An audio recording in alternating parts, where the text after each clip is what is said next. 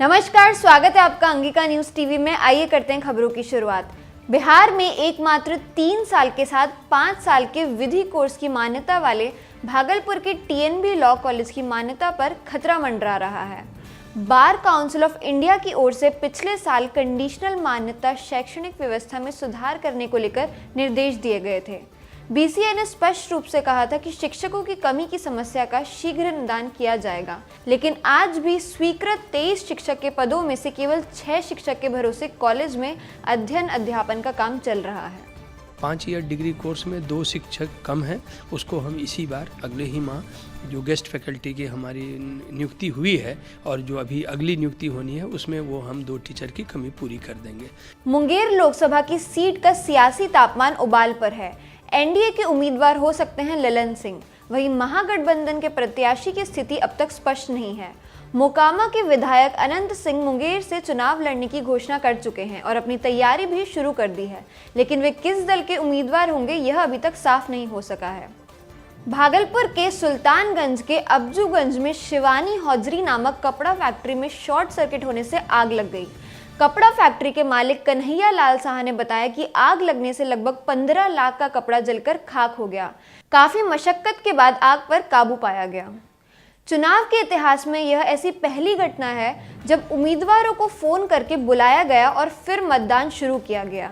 BN college में उम्मीदवारों के नहीं आने के कारण 1 घंटे देरी से मतदान शुरू हो पाया और फिर मतपेटी को उनके सामने सील किया गया। इसके बाद मतदान शुरू हो सका। हालांकि मतदान के लिए वोटर निर्धारित समय पर कॉलेज पहुंच गए थे। मारवाड़ी कॉलेज में भी कुछ बूथों पर उम्मीदवारों के नहीं आने के कारण मतपेटी को सील नहीं किया जा सका। भागलपुर के रेलवे का पावर सब स्टेशन 2 साल पहले से बनकर तैयार है, मगर यह चालू नहीं हो सका। यहाँ की मशीनें जंग खा रही हैं। पावर सब स्टेशन पूरी तरह से अमरबेल झाड़ियों से ढक गई है।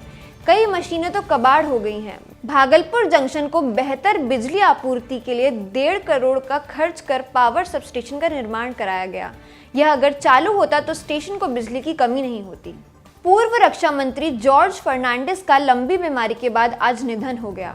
फर्नांडिस अल्जाइमर बीमारी से पीड़ित थे और हाल में उन्हें स्वाइन फ्लू हो गया था। बांका के ठाकुर कॉम्प्लेक्स में क्लासिकल म्यूजिकल ग्रुप के द्वारा बांका सिंगिंग सुपरस्टार का ऑडिशन लिया गया। बिहार एवं झारखंड के प्रतिभागियों ने ऑडिशन दिया, जिसमें से 20 प्रतिभागियों का चयन ग्रैंड फिनाले के लिए किया गया। आकाशवाणी एवं दूरदर्शन के कलाकार अरविंद कुमार यादव ने प्रतिभागियों का चयन किया। चयनित प्रतिभागियों का 3 फरवरी को शहर के चंद्रशेखर सिंह नगर भवन में ग्रैंड फिनाले होगा।